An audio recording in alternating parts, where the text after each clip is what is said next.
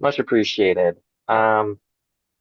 Guess while I'm thinking about it, Dan and I just realized that there was a project proposal I forgot to submit that it would have been, I don't have it ready, so I can't even ask to have it thrown on for today. But do you have an idea when the next TAT meeting is actually going to be? That's one of the things we're discussing today. Uh, February was Yeah, let me look up the date. I think you picked a date. it's Um, February should be good enough.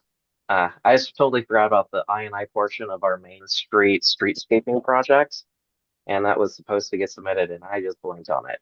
It would have been ideal to have it approved at this meeting, but hopefully I'll have it by February. Don't think it's going to be bid by then, but that one's being run by Josh Wheeler, and he runs a tight ship when it comes to project scheduling. yep.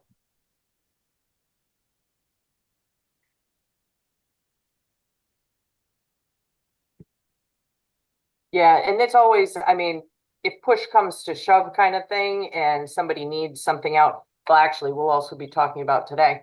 Um, it was my understanding from the beginning of this that it said somewhere in there that the proposal had to be in and approved before contracts could be signed. And then I've gone back through with a fine tooth comb and can't find that anywhere. So I don't know if that was Chris Story is the gentleman that started all of this way back when he was the assistant director. And I don't know if that was a verbal thing that he did or what. So I think there's some leeway in that. And there's also, if ever something's like, we're not having a meeting till February, I'm hoping to advertise this in January. We can do a pass it around by email vote kind of thing. So, Fair enough. Then we'll keep those in mind. My priority is just going to be getting that proposal into you, and hopefully by then I'll also be able to nail down the schedule by which it would actually need to be done. We'd just prefer to have them approved before contracts start inked too, just as a practical matter, but good to know that there's a little bit of flexibility since the IGA seems to be non-precise in that matter. yep. So that can be one of the things we might try to address with this update. Yeah, I think that's, yeah, or at least get clarification. So, yep. Um, we do have, well, we might as well start. Keep looking at who's here because we can move the agenda around. Jeff is here. I haven't seen Ron Warenga jump on yet. Um, but let's go through welcome and introductions. Uh, Greg, do you mind? It's easier if we don't share screen right now so I can see everybody. absolutely. That's easier. Thank you so much. Um, so I'm just gonna kind of call on people and if we can do, because we have a few new faces on the call and such. I'm Jessica Renner. I work for Clackamas Water Environment Services. And then how about we go Greg and Kenny? Yeah, I'm Greg Carnes. I'm a admin specialist for the Capital team, and I work here at WES. Kennedy Schultz, City of Oregon City. I'm the sewer project engineer. And then Chris Randall and Eric. Yeah, thank you, Jessica. Chris Randall, Public Works Director, City of Happy Valley. Eric Elias, Public Works Director, City Engineer for Westland. Excellent. Justin and then Josh. Justin Poyser, Utility Manager, City of Gladstone. Josh Neath, Associate Engineer, City of Milwaukee, taking over representative from Jeff Tolentino. There we go. Thank you, Josh. We weren't familiar looking. Yeah, no problem. Nice to meet everyone. Silas and then Josh Miner. Hey there, everybody. I'm Silas Richardson. I'm the Public Works Director at Gladstone. Hi. Josh Miner, civil engineer with WES. Mike Rice and then Dana. Yeah, Mike Rice, civil engineer with WES. Dana Webb, Public Works Director for Oregon City. Nathan and Andy, are you available? Yeah, Nathan Seaver, Civil Engineer with WES.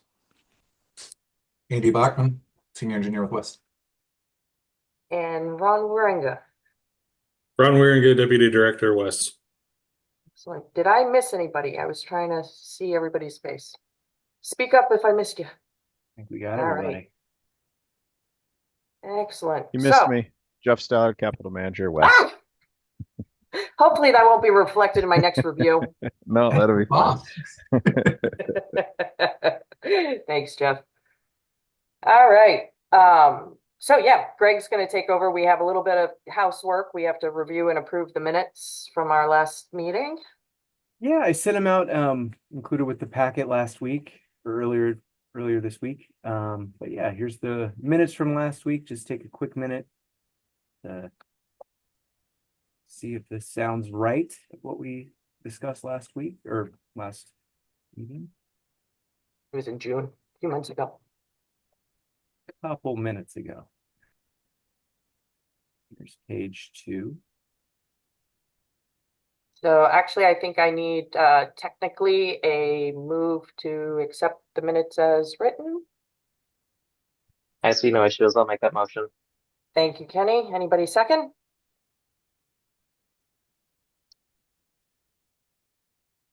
Anybody? Anybody? I second. Thank you. All right. And I think Greg has passed around a few times, but just so everybody knows, there is an actual web page where all of this lives. And in the next invite, we can include that link again, or so everybody has, and you can point your other staff or, commissioners or whomever, if anybody's curious about what we do. This is all documented and lives on a public facing web page. All right. Next on the agenda, and why Ron Wieringa has joined us. As you all know, we've been kind of working on reviewing the regional INI IGA and doing an amendment to that, which I sent out earlier for everybody to review, and had some folks review and submit comments. And we've reviewed comments, and Ron's kind of here to go through and address. I also sent out, just so everybody knew, the bylaws. These are a document that lives, I believe, on that webpage that has all the information about the technical advisory team. There was also the original IGA, and then the letter amendment that we're proposing. And with that, Ron, if you don't mind kind of. Yeah, I can just speak a little bit to the background of the changes to the IGA and the accompanying program document. I didn't plan on going through all the comments. I think those were sent out for people to see what other folks said. But we thought it would be important to provide some context for what we're trying to do for what is essentially a grant program. WES granting funds to the partner cities to do I&I work. So that's what I was going to do. And if there's any other lingering issues, we can talk about them. But at a high level, we've been doing the program for a couple of years now under the IGA. We're learning as we go. We're also doing an internal program review to make sure that we're comfortable from a financial and audit standpoint with how the grants are being implemented and how we're reimbursing folks for their costs. It was partially out of that review that we had some recommendations from our finance folks about how we administer the program. So one of the things you saw in there is that we need to, from a planning standpoint, budget a certain amount of funds for this program each year. There's, not a concern, but there's a possibility that we have some real down years and then some real up years if there are a lot of requests from folks that it's difficult for us to manage. And so we have proposed putting in our capital budget, which is just one fund, a construction fund or capital fund, $3 million a year. And then we'll use that as we obligate our funds. We'll use that as a target. there is contingency built into our construction funds, and so there is some flexibility that we can access that if something comes up for folks or a new project or opportunity. But that was one of the things that we're folding in, that we need to have a budget for this portion of our capital program. Another element was that we need to make sure we reflect in our letters that that grant people funds essentially some a not to exceed amount, that we have a number that we say you as essentially a grantee are authorized to spend up to this amount, and that's the number we need to stick to. We understand from our own work that there are uncertainties and things change as you go from estimates through design and things like that, and that might need to change. But we need to, the recommendation was to have a process to make sure that we document those changes, which could, potentially be a resubmittal of a proposal or an additional ask for funds beyond what's reflected in the letter, or the initially authorized amount. So that process was built in as well. There were a couple of questions in folks' comments about eligible expenses or what projects are eligible to receive the funding. And it's a pretty easy answer because these are capital funds. It's whatever constitutes a capital expense. So if it's an eligible capital expense, then it's an eligible reimbursement for you for the projects that you're doing. It's also pretty simple in that all we're saying is if your own financial folks say it's a capital expense, then we'll accept that. We're not going to review whether it's a capital expense or not. But if your own finance folks say these are eligible capital expenses, then they're eligible for the program. So work with your own folks internally to determine what that is. And we'll assume that they know what they're talking about. So there are, it is pretty flexible. So there is some flexibility, but we're not really dictating, if there's an assessment or a plan or a monitoring project, whatever you would normally capitalize, can be reimbursed. I can't really speak to some of the comments about like administration itself of the program, because that's more project implementation, and I'll leave it up to Jessica and Jeff and folks to talk about any concerns that people raise, like about the process itself. But again, it's generally a grant program. We have to have some sideboards and some requirements in order to grant these funds and track them, and that's essentially what you're seeing in the amendments to the IGA and the program manual. I think that's all I was going to say. Oh, that's not all. There's more. There's also were some comments about the role of the technical advisory team as well, and I just want to make sure we're clear as a group on what that is. This group of folks is not approving our budgets and not approving like how much money we're going to spend on the program. That's not, we have to do that. We have to say what's on the table and how it can be distributed to you all. I think the technical advisory team is really what the group that we're relying on to vet projects and evaluate them, whether that's through some sort of value engineering approach or even just input on projects themselves. But that's what this group is, the broader group, to give us input on the projects themselves, and that's really the core. I think that's reflected in the bylaws. It's also why Jessica sent around the bylaws again, just for a reminder if anyone has any questions about what's in the bylaws or your role as a member of the TAT, then we can talk about that. But I wanted to add that as well. Cool. Thanks, Ron. Yeah, so I guess we can open up for questions or discussions while we have Ron here. If anybody has a particular comment that they'd like to talk through.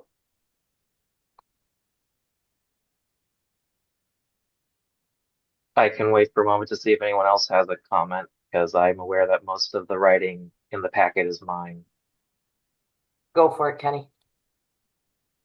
So I think, Ron, I might want to start with kind of zeroing in on the question of the role of the TAT when it comes to budgeting, because I would say broadly and even probably in how I heard what you said, I think I very strongly agree with what you said.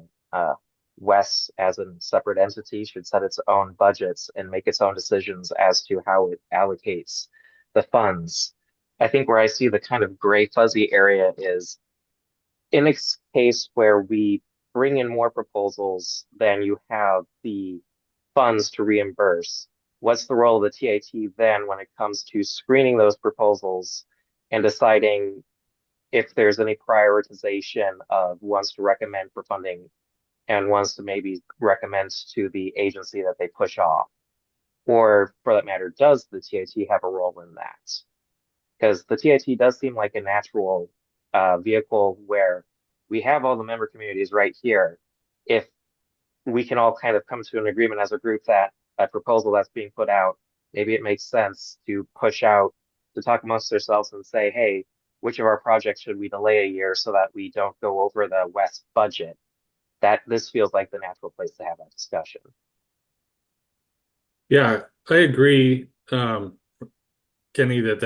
I mean, I think that is a role of the TAT, to review the proposals, review what's on the table. I'm not participate in the reviews, so I don't know what conversations y'all have, whether you have a scoring system or how it works. I know we run our own for example, or just for like an analogy, we run a community grant program called the River Health Stewardship Program, where we hand out $330,000 a year to groups doing watershed health improvement projects. Every year we get more proposals from community groups than we have funds to distribute. So we put together a team of folks internal. We pull a couple members from our advisory committee, and everyone reviews the proposals and scores them and comes back with feedback, and then as a group make decisions about whether projects can receive full funding, partial funding, or not get funded at all. I mean, I think that's whether that needs to be, embodied or documented in the bylaws, what that process is. I don't think it does, but I see that as like you said, a natural role of this group to weigh in on the proposals, and provide feedback. Ultimately, even with the river health grants, like I was talking about, the recommendation comes from that review team to me and then to Greg, who as our director is the ultimate decider. But I think as an advisory role, that's important work of the TAT. So kind of following up on that, and I think this is equally to both Ron and to Jessica. I feel like something that'd be helpful for the TAT is maybe once a year to have just a check-in on that budget of proposals. We all turn in annually our proposed requests for the upcoming fiscal year. I feel like it would make sense for the TAT to just sit down and review that and see if we're getting out of line with what's available, and then kind of work our way through making the adjustments. And I also am wondering if maybe the TAT working through commenting on that budget and perhaps even in some way, not ratifying the budget itself, because obviously that is Wes's role, but putting our recommendation that we think that that allotment of funds makes sense and is consistent with the proposals. Maybe that's a way to sidestep the need to keep resubmitting proposals when our project budgets change, because we're already giving Wes updates on our project budgets once a year when we have updated numbers. I turn in my proposals based on very early estimates, and they're usually pretty wildly different from what comes out the back end, but I'm always giving Jessica updated numbers as I get them on that year-to-year basis. So that was my thoughts on the keeping things in line. Yeah, I see no problem with, we track internally. I have a spreadsheet of all the proposals, when they were approved, what they were approved for, what's been spent to date, all that kind of stuff. And that's also a report that Wes is working on our every 2-year I&I reduction progress and what's been spent and all that. So, and Jeff and Aaron will correct me if I'm wrong, but I also get from you guys kind of your budget projections so that we could put money aside, and we've never surpassed what we put aside. So the Doesn't mean it can't happen in the future, but it hasn't been an issue yet. So we haven't had to tackle it and prioritize or tell anybody no. So, but I do agree we should have a process in place to figure that out. And it makes sense for the TAT to discuss it and see where the flexibility is, who could delay a year, which one's possibly higher priority, all that fun stuff to if we begin to bump up against that ceiling. So And I think what would help that is, right, we take them in as they, we get a kind of a forecast, but then we just kind of bring them to the TAT as people are ready to bring them to the TAT. And I think a shift to be able to make sure that we're staying in budget and we're planning that would be to do it annually, kind of, I think, and that's to date, we've funded kind of what's come in with the forecast, and that's what we put in our CIP. And just based on the projects we have and the funding we have now, we really have kind of a here's what we're able to allocate to this annually approach as opposed to just funding things that they've come in. So I think that's the shift is we've kind of just allowed things come in and approved them. And I think as we move forward here with a fixed budget number that we're capable of funding every year, we need to have them come in at one time. And I think that's a good suggestion. We look at it, this TAT, if those projects forecast higher, then we're going to have to make some choices as a group on what we fund and what we don't fund. So I think that's the right role of this group and kind of the vision we have. But I think there'll be a shift a little bit in making sure that these things come in on an annual basis where we do it as an annual review and approval rather than kind of any quarter we could be approving another one.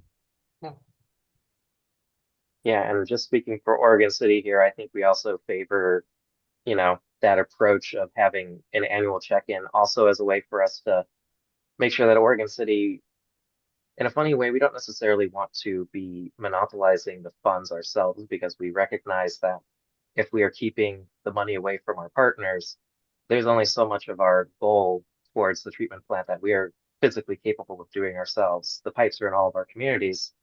So we want to make sure that we're not inadvertently monopolizing monies that should be going to other communities. If we don't all work on this together, we're going to struggle to meet our goal.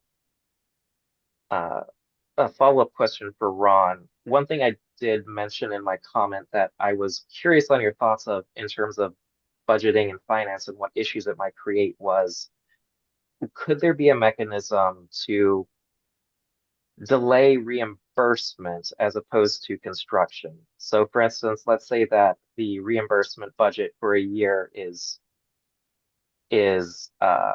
exceeded. Could we, instead of say asking them to push back their construction season, could we say the reimbursement has to be delayed until the next fiscal year? Or does that create issues with paying funds in a different fiscal year? Yep. You're muted, Jeff.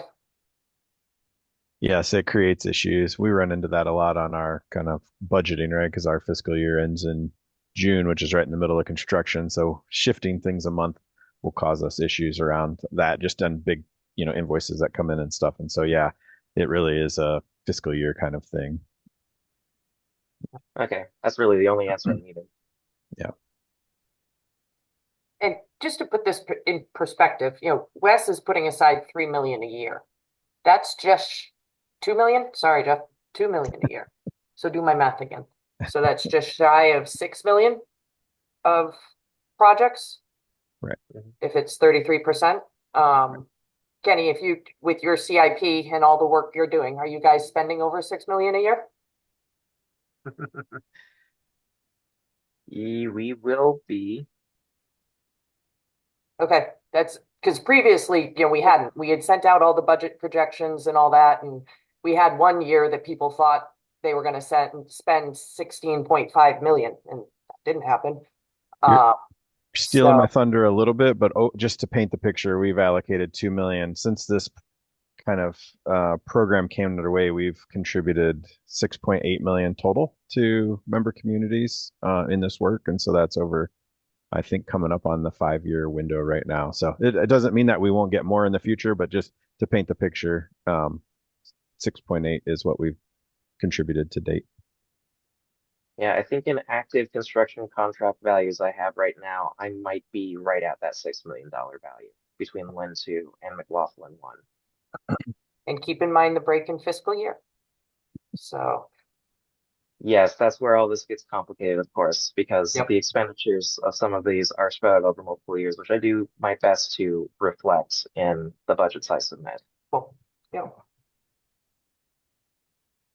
So, and Ron, you can correct me if I'm wrong, but I think a lot of this also, the reason for amending the IGA itself and doing the letter amendment and such, and then having the document, what do we call it? The program manual being separate is to give us a little more flexibility so that we don't have to go back for every city's signature and Board of County Commissioners. So we are, WES envisions this as an evolving program. It's not set in stone. We figure out something that doesn't work and we find a way to fix it.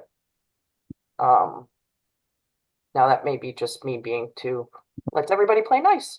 And everybody wants more of a signed, stamp, sealed, hang your hat on document, but I think this is, an evolving program. We're trying to make things that work for everybody, and we'll continue to adjust as necessary. Yeah, I think that's fair. And Jessica, and again, I think, if the IGA is silent on something, like it doesn't cover a situation that has come up, we have flexibility in sort of adjusting it and dealing with it on the fly or managing it separately through the program manual. If the IGA explicitly says something's going to happen a certain way, and then the issue is that we don't want it to happen that way, then we're amending the IGA and going through that process. Yeah, I will just be forthright and acknowledge I'm aware that my community can be a friction point when it comes to these kinds of agreements. But I do believe that I favor Jessica's approach here as well. Putting as much in the hands of us here in this group that have a pretty good history of working together, all of us here.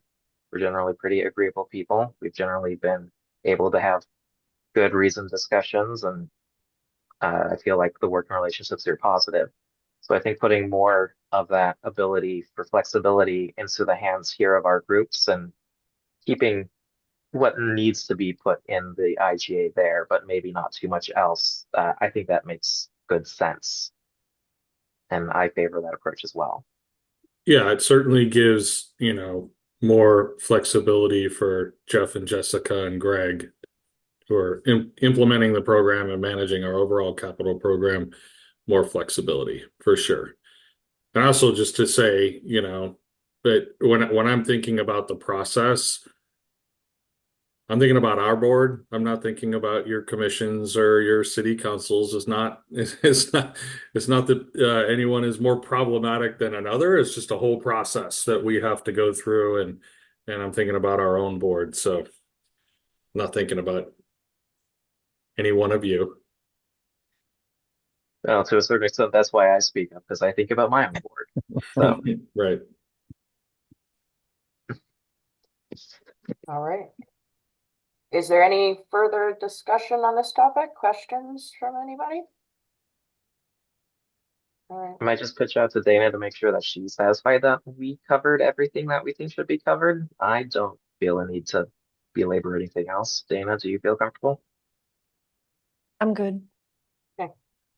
And yeah, from this, Greg Carnes and I will take away, we'll figure out what makes sense, what meeting to kind of have our, the projections, and then a spent to date and what we're projecting, what proposals have been, where we are. So kind of a budget check-in.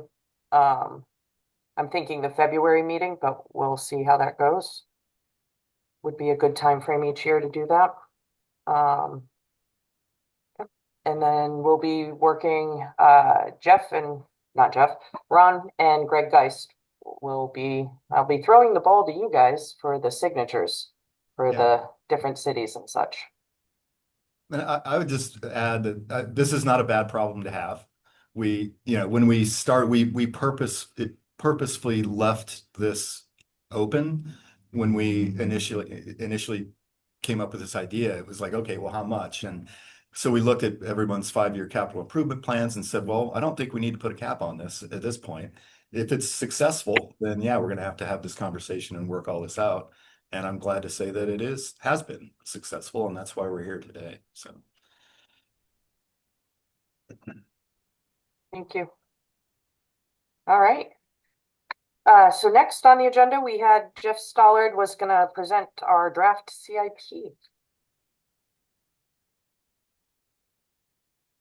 I can share, Greg. I've got a whole I got a PowerPoint. Okay, I was hoping you would. Yeah. All right.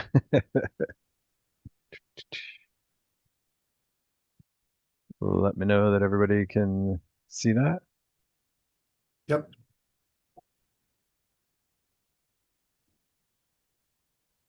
All right. I took so I just kind of a little bit of a backstory for I do this for the WES Advisory Committee. We do 2 presentations for the Advisory Committee. The first presentation for the CIP is looking back at how we've performed, over the past fiscal year. And then the second presentation we give is kind of a similar presentation to this. I pulled out some slides, but a very similar presentation to this for what's coming in the future. And then we will go back to the advisory committee in November here in a few weeks, seeking a motion of support. And so this is really my opportunity to come to this group and see if, from a technical standpoint, are there any concerns or any questions, just to make sure that we kind of group together with all of our advisory groups to allow them to kind of see what our CIP is and what we have planned in store.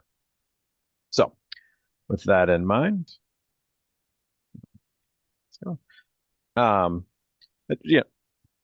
we have our core strategies. We have 5 kind of, I'll call them our planning documents. These are internal to WES. They cover our strategic plan, which is what are our missions and objectives, kind of overarching.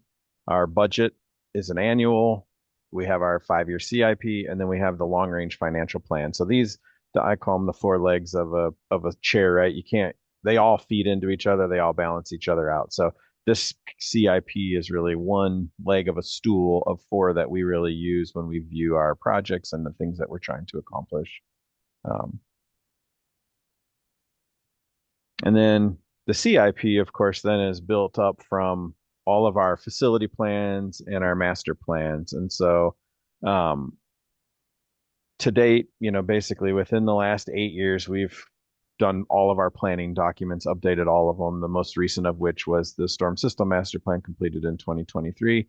And we just kicked off a Hoodland facility plan. And so I kind of think about its master planning as looking in a region, kind of collection, condition, and then our facility plans really dive into each individual facilities.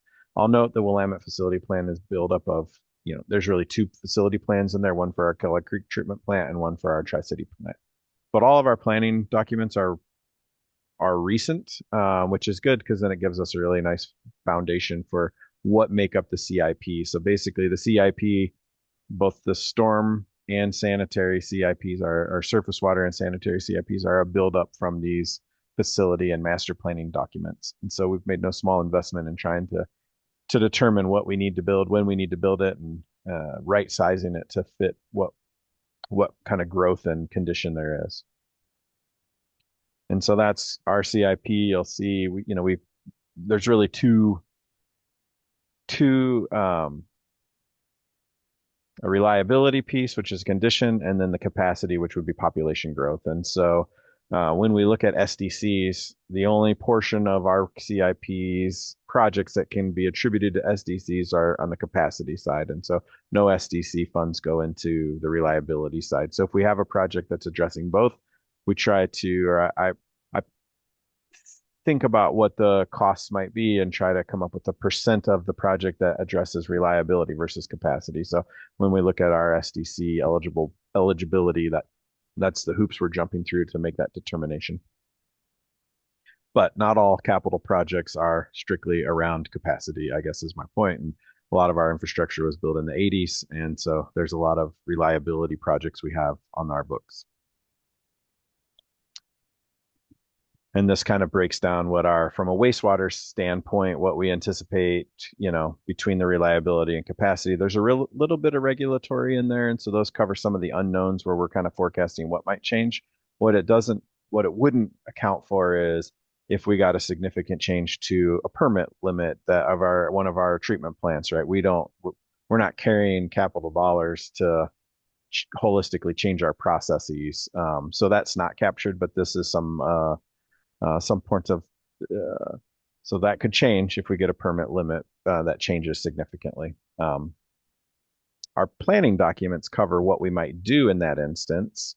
We do look at that from a facility planning, but from a CIP projection, we don't account for that.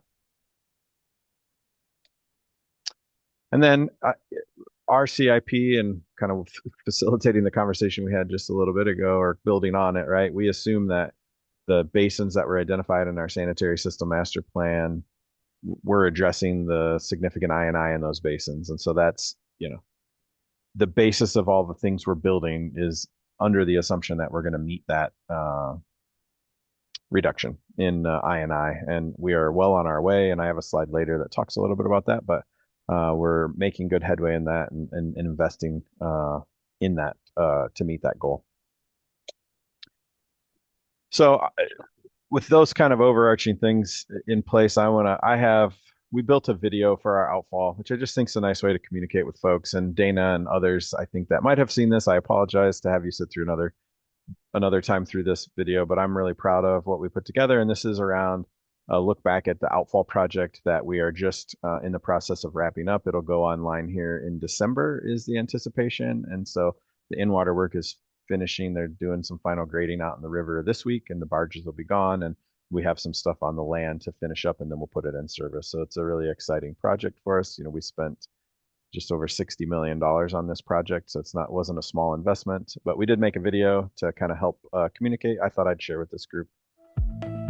Can you guys hear the audio? The Tri-City Resource Recovery Facility Outfall Project is a vital step forward in protecting water quality in the region. Clackamas Water Environment Services, or WES, launched this project to expand outfall capacity and ensure compliance with Oregon water quality standards and federal requirements, while benefiting the river, the community, and the environment. The new system will provide greater dilution and reduced discharge concentrations by relocating the primary outfall to a deeper section of the river. It's also equipped with a multi-port diffuser to provide rapid dilutions that help protect water quality year-round. By moving the discharge point farther from the Clackamas River, the project helps preserve seasonal cold water refuges crucial for fish and aquatic life. Other benefits include enhancing the protection of beneficial uses in the Willamette River, maintaining nearshore and offshore fish passage, minimizing construction impacts by using trenchless methods beneath the riverbed, and installing an integrated outfall system that includes a new 90-inch diffuser with 18 risers, while retaining the existing 72-inch outfall for peak wet weather events. Altogether, it's a comprehensive solution for long-term environmental health. Designing the alignment for the outfall was a complex challenge. The project had to work within the footprint of the old Rossman landfill and avoid existing critical utilities along Agnes Avenue, and deal with poor ground conditions, all while minimizing disruption to public infrastructure and private property. It crossed several key areas like Agnes Avenue, Main Street, Interstate 205 and its ramps, Highway 99, Clackamas Drive, and John Storm Park, which required a special easement. WES worked closely with stakeholders, including local residents, property owners, the City of Oregon City, and ODOT to limit construction impacts. The alignment used a combination of methods. About half was open cut along Agnes Road. The other half-mile section was constructed using microtunneling, launched from a 28-foot deep shaft and ending in the Willamette River. Challenging soil conditions required a specially designed microtunnel boring machine imported from Germany. And as is common on tunneling industry projects, WES promoted a contest for naming the tunnel boring machine, with the community selecting the name Clackamas. Construction kicked off in July 2024 with the excavation of the 28-foot launch shaft. By the end of August, Clackamas was launched, slowly advancing underground by cutting through the soil and pushing pipe segments forward with hydraulic jacks and lubrication systems. To avoid disrupting John Storm Park and the riverbank, the tunnel includes both vertical and horizontal curves. Tunneling was completed by December 2024. In January 2025, the tunnel was cleaned out and flooded. Then, using a crane on a barge, the boring machine was lifted from the bottom of the river, disassembled, and shipped back to Germany. Meanwhile, open cut installation along Agnes Avenue began in May 2024. Over the course of a year, crews connected the new pipe to the Tri-City treatment facility and prepared it for integration with the tunnel. The final step was installing the diffuser in the Willamette River. Scheduled for completion between July and October 2025, the diffuser will feature 18 risers. Though the main outfall pipe is buried below the riverbed, the risers, equipped with tide flex valves and breakaway joints to protect the main diffuser pipe, will extend slightly above it, enabling rapid mixing of treated water with river flows. Once complete, the new outfall and diffuser will serve as the primary discharge point for the Tri-City treatment facility, ensuring clean water in the Willamette River for generations to come.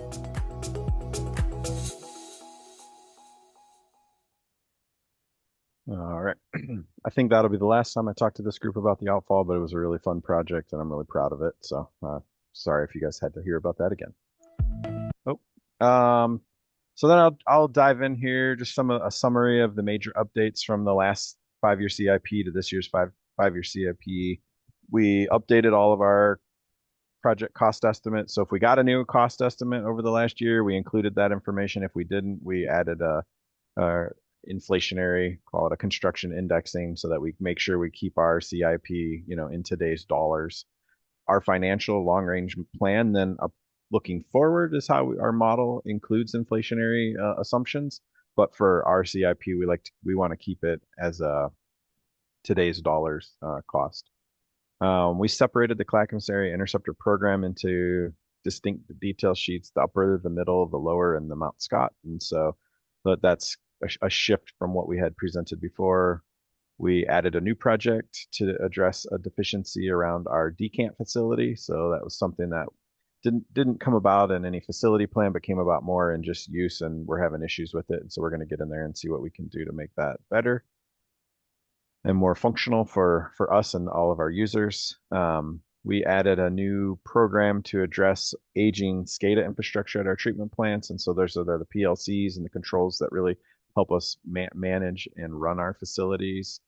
We had a strategic hire recently over the last 3 months, somebody that's really proficient and specialized and expert in this. And so we're going to definitely try to leverage that new internal resource we have to help us navigate this. They're complicated projects that are disruptive to the plants. And so having someone plugged in as part of our organization as opposed to relying on a consultant really help us deliver those projects.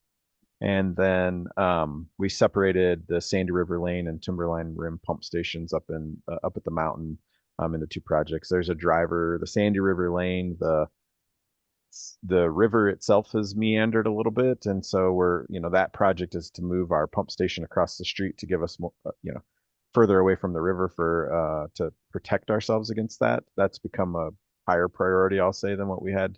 We didn't shift it around, but just separating those two projects came in this one. And so with that in mind,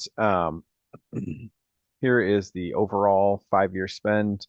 The little bump up in 26-27 is more about carrying forward money that wasn't spent in 25-26 than it was that prices we had significant changes in project costs. And then you can see in 30-31, we jump up, and a lot of those are that particular one is due to construction of a wet weather expansion. So that's we start the construction of that project. Otherwise, no significant cost changes for us when we looked out at what the next 5 years look like. And then on the surface water side, it's very similar. We did add a project. We had found an issue that was uncovered that we're going to have to address in a detention basin and some piping that's causing a slope to erode. And so we've started that project. And so that was one of the projects that got added in on the surface water side of things that we're working to address. And that's some of those increases in 27, 28, and 28 and 29 are construction of those improvements that we kicked off design of here recently. The other kind of thing I'll note is that surface water joined the capital group. It's always been a part of WES, but underneath the environmental group. In February of this year, they officially joined the capital group, and so we're a much more cohesive group where we're able to support that a little bit better with some additional bodies. We had some folks in that were in our sanitary, I'll call it our capital group, that were that bring some surface water project experience, and so we're really able to kind of use that bullpen to help support these projects to definitely prioritize getting some of these delivered. I'll highlight a big project, and it's this wet weather expansion. Notably, I'll highlight that we got DEQ to approve our facility plan, which was a big deal, and they kind of approved our approach to how we're going to manage our wet weather. But this will increase the peak capacity at our Tri-City facility from 70 to 105, so we'll increase about a 35 million MGD capacity. It's proposed to be an ActiFlow process, which is a process that's taken on and offline as needed. It's you can think of it as it's chemically enhanced primary treatment. So you use some sand to help build flocks. You add some polymers to get things to stick together, and so you can get a high rate of settleability.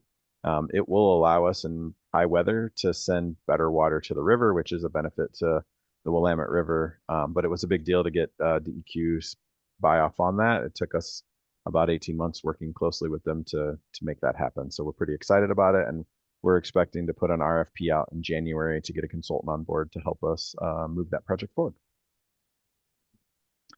And then our 5-year plan, as I mentioned, we have $2 million a year. This year we have more than that, but so looking out, we have about 13.7 million in this CIP for I&I reduction. As I mentioned before, we've contributed about 6.8 million to member city projects, and in 2026 we're going to have some results on how things are going, how some of these projects have impacted that with updates to our hydraulic model, and we'll be coming back to the advisory committee and presenting some of that information. And I'll just state, as Kenny said, Oregon City had a program, they were ready to go, we hit the ground running. And if you want to see what a nice outreach is around I&I think their webpage is really well done. It's very well updated. And so if you're kind of curious what these projects looks like and what they're doing out there, I think that's a pretty good example of a nice webpage as an example of using that to communicate with the public. And then we have our ongoing programs, which are we have 2.25 million. This doesn't include the I&I. This is separate. This is our treatment plant, a pump station, collection system, and then, as I mentioned, the SCADA. So we added that SCADA system into this year's CIP. We've always had the other 3, and those are for those small projects, a pump failure, things like that you can't really plan for, but that are capital expenses. So we have budgets for each of those. And then I spoke a little bit on the market drivers for us with the treatment plant. The electrical procurement has been a really big challenge for us. We had a solicitation to get some new transformers that I won't say it fell dead, but we didn't get the proposals we wanted, and it was largely because the data center and AI is dominating that market. And so not only are we having a hard time getting responsives, they're expensive. And so we're working through, just for noting for folks, that's somewhere where we've seen project cost increases. Tariffs are a huge unknown. Obviously, they have been changing fairly rapidly, and so contractors and suppliers are putting cost escalations and other things in there, which has been a real big hit to us, particularly around like vertical construction. Our collection system stuff, not as much, but when we get into the steel and rebar and equipment, that's been a really big hit for us. And then the impending reduction in SRF funding. We are going to have to borrow some money at WES, and we're looking at SRF, and so we're actually looking at what projects we might prioritize to try to beat the decrease in funding that might be available. So if you're also considering SRF funding, I think they're anticipating about an 85% reduction in what would be available for utilities in Oregon in the coming years. So not an insignificant amount of reduction in funding. So just mostly be aware of that. And then here's just a historical perspective on construction cost indexing. Mortensen puts something out in, they're a pretty major contractor, but they look at kind of the national and then in Seattle, and you can see we've leveled out, but then between 24 and 25, we did see quite a bit more uptick than we'd had the previous number of years. And so that did, yeah, things aren't getting cheaper and there's more uncertainty, I would say. And so I'll be interested to see what this looks like next year with some of the economic certainty we have between job markets and tariffs and other things. So it's going to be interesting to see how that plays out. And I don't foresee our projects getting any cheaper, I would say, as an organization and as an industry holistically.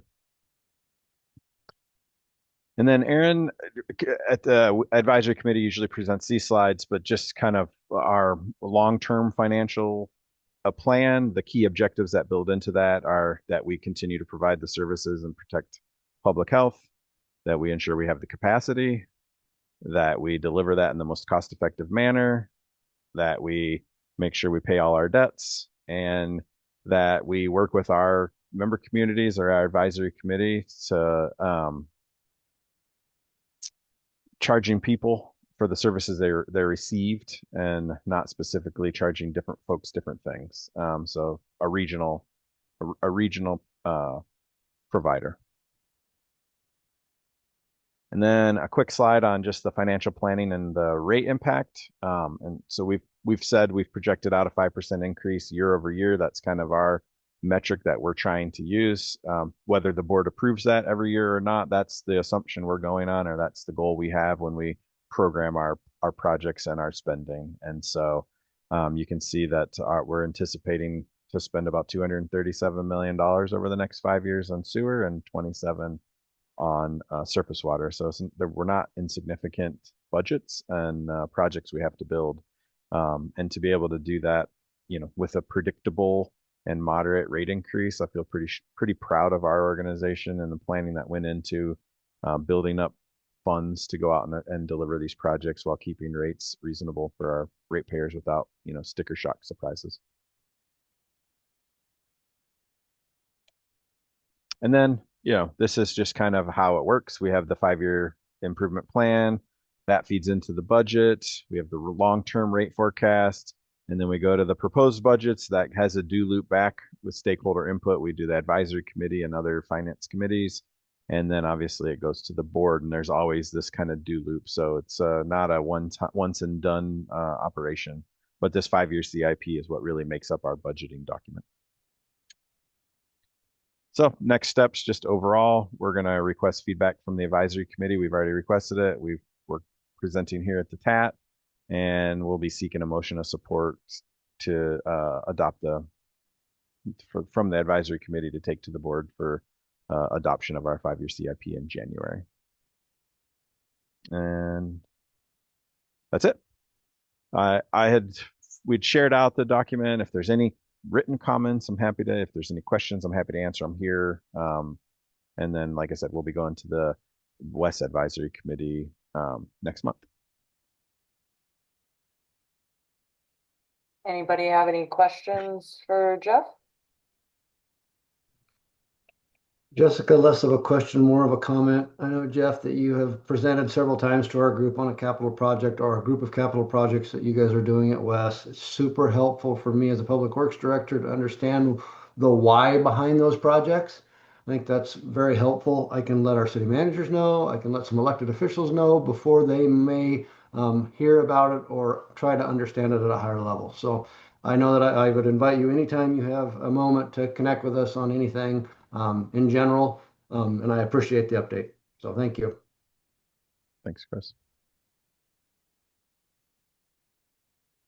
All right. Silence is good, I think. I either bored you and put you to sleep, or I did a good, thorough job. So I appreciate your time, and always, if something comes up in the meantime, or you haven't had a chance to look through it and something piques your interest, feel free to reach out. I'm generally will make myself available to meet and talk about our projects and get the answers to folks. Excellent. Thank you, Jeff. I'd also add that we have project websites on our main website for virtually all of those projects. I was curious too, Jeff, in the CIP, you and Andy redid the kind of project descriptions. Those kind of have a driver listed, don't they? Mhm. Yeah, they talk about where the project was originated from, what a general scope of work for the project is. There's a lot of information in there. We recreated it. It used to be kind of in a landscape form, and we recreated it to try to track costs better, so that when we're updating the CIP and updating the costs, it's just more transparent on kind of, because not all projects go perfectly, not all facility plans give you perfect budgets, and so there's always some amount, and so we try to highlight if we had a significant cost change, what drove that cost change, and just so folks know kind of what happened. It might have been a scope change, it might have been, increased, equipment costs, that kind of stuff. So yeah, we try to be as transparent as possible. Cool. Yeah, and just to reiterate, I mean, reach out to Jeff directly, or if you're curious about a project, I'm more than happy. We can have a field trip or whatever. Or if we want to, highlight a different projects from member communities, from ourselves, whatever, at different TAP meetings, happy to share. So cool. So yeah, I think our next thing on our agenda is City of Gladstone has their CIPP project proposal. Justin, are you or Silas going to be presenting? Yeah, I can jump in. Excellent. Greg, are you able to stop sharing so I can share? There you go. Thank you. Yeah, so the city's put together a 3-year I&I reduction CIPP project. It's to be constructed as a series of repairs annually 2025 through 2027. Project is located within the Gladstone East Basin. It's one of the 19 critical basins identified in the WES Master Plan. The work's also identified in the Leeway Gladstone I&I reduction plan. It's about 16 pipe segments ranging from 8-inch to 15-inch. Separate construction contracts will be developed each year. Total engineer's estimate comes out to about 1.1 million, roughly 400K a year. I think that's about it. Excellent.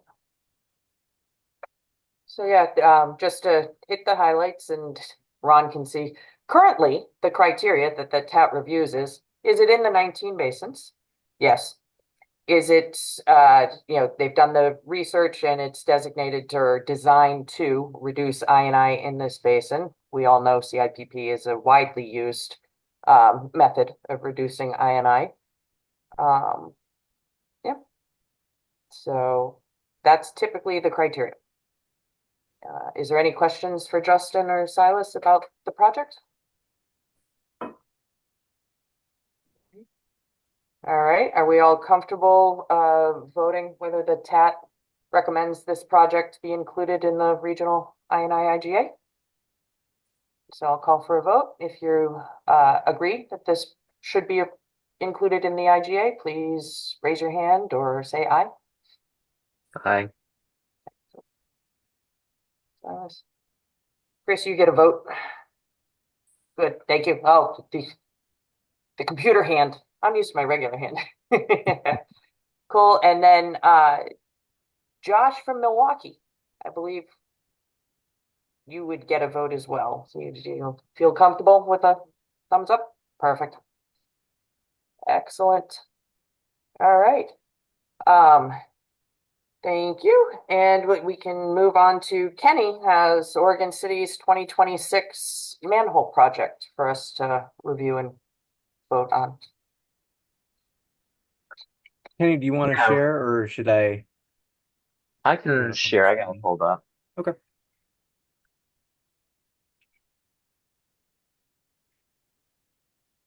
So I'm not as familiar with Zoom, so you might be faster in sharing than me.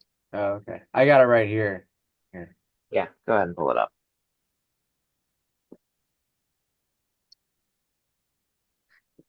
But yeah, the I&I program, we have our annual manhole sealing program.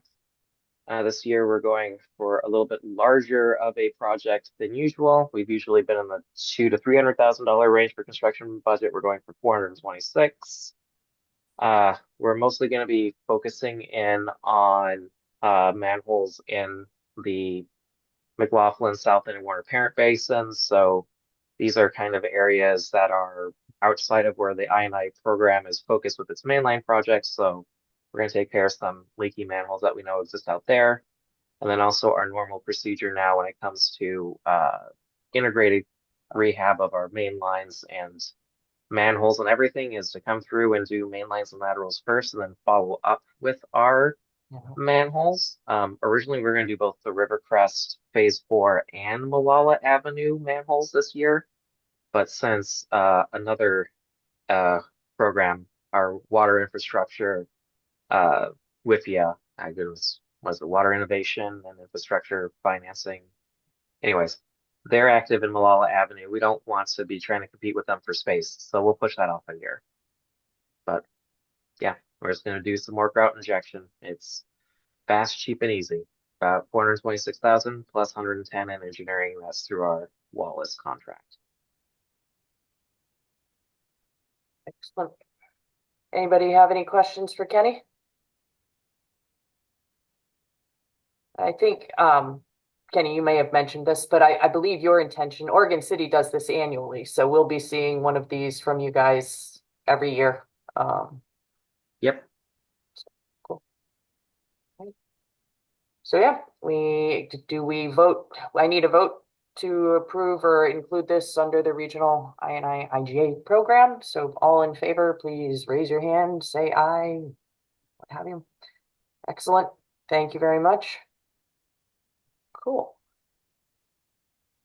All right. What time are we at? We are at 12:32. I've got a couple quick things to run through. I know this has been longer than our usual meetings, so thank you for hanging in there with me. Did want to remind people, and Greg Carnes and I will send out an email. Hey, look at me, I got my hand up. Did I do that? How did I do that? Greg Carnes and I will send out an email to remind folks, but just wanted to point out that member community invoicing for your I&I programs that are included under the regional funding. We were hoping in February that you could get to us the invoices for the work that was completed between July 1st, 2025 and December 31st, 2025. So kind of that first half of the fiscal year there.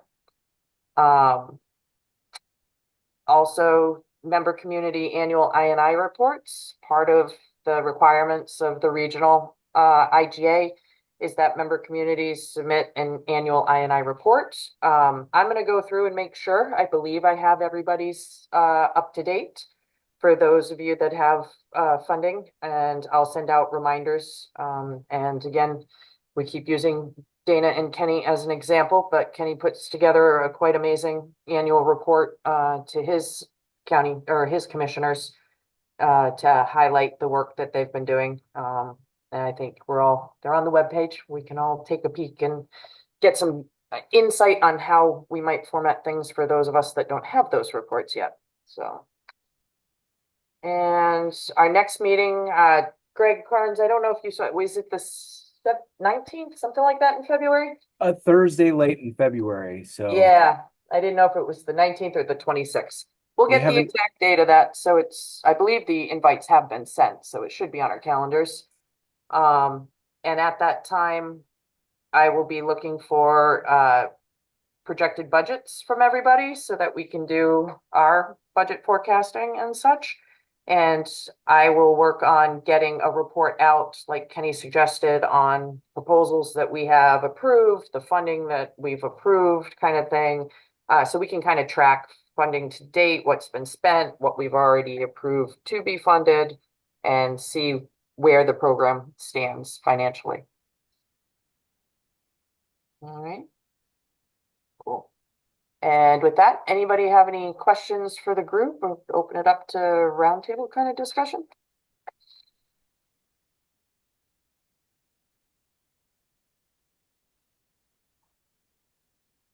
I like it when we answer all the questions. That makes it easy. Cool. Well, thank you everybody for hanging in there. And as always, please feel free to send suggestions, comments, what have you. We want to make these useful for everybody and learn from each other. So I appreciate your time. Thank you. Thank you very much. Thanks. Thanks, everyone. everyone. Bye-bye. Bye.